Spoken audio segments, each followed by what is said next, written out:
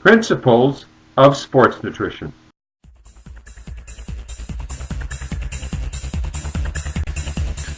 Everyone to some degree is biologically unique.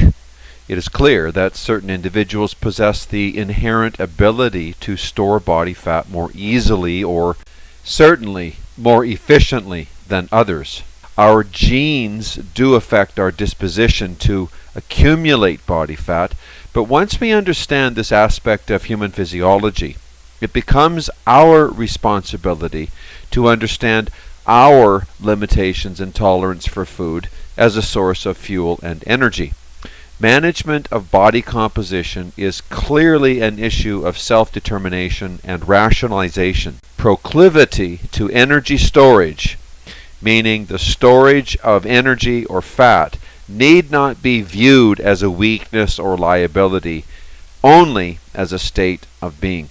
In other words, it is what it is. So you have to accept your state, understand the biological cause and effect of your state, and then begin to take action to reverse the trends that led you into the state that you're currently dissatisfied with if you have an excess amount of body fat as depicted in this photograph. Clearly, this individual has put himself at risk for virtually everything that is known that's associated with disease and degeneration. Excess fat is a liability. It provides no value from a biological point of view whatsoever. It shortens telomeres, it shortens our lifespan, it weakens our immune system.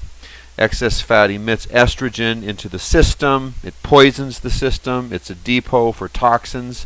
It is a liability that excites everyone in the field because it allows technicians and medical experts, doctors, and the field of medicine to posture themselves to respond to all of the disease and all of the injury and the plight of humanity that's connected intimately with excess body fat. Excess fat is really a wonderful vehicle for profit for the medical system.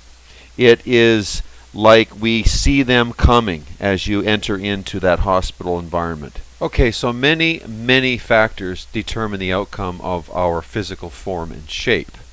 Physical activity or inactivity, routine exercise, choice of exercise, involvement in sport, existing lean mass, basal metabolic rate, infection, disease, thyroid function, digestion, absorption, assimilation of food, hormonal interaction, gender, insulin resistance, glucose intolerance, what we do for work, age, appetite, quantity and quality of food consumed, frequency of meals.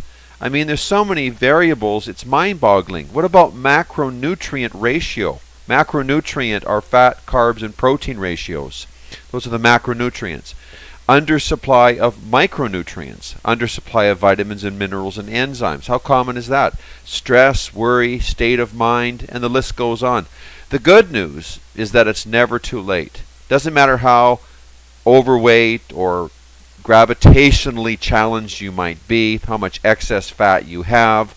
We have evidence from all circles of the planet, the globe, that it is possible to turn things around. You can take a really heavy person and get them lean again. So we know that our fat, like muscle, is plastic, it's not static, depending upon how we live, how we think, what we eat, what we don't eat, all these variables. So over time, with the right approach, it is possible to alter our course and have control over the variables that dictate our phenotype, which is the outcome of how our genes express themselves. Phenotype is like getting a tan in Hawaii. You normally wouldn't have one in the winter time living in Toronto. So you go to Hawaii, you take your shirt off, your phenotype changes. It's an adaptation. Well, fat is very much like that. It's not that easy in some cases, and in others it's that simple. People simply eat themselves into that state. With others, there's very complex issues that relate to insulin chemistry and their genetics.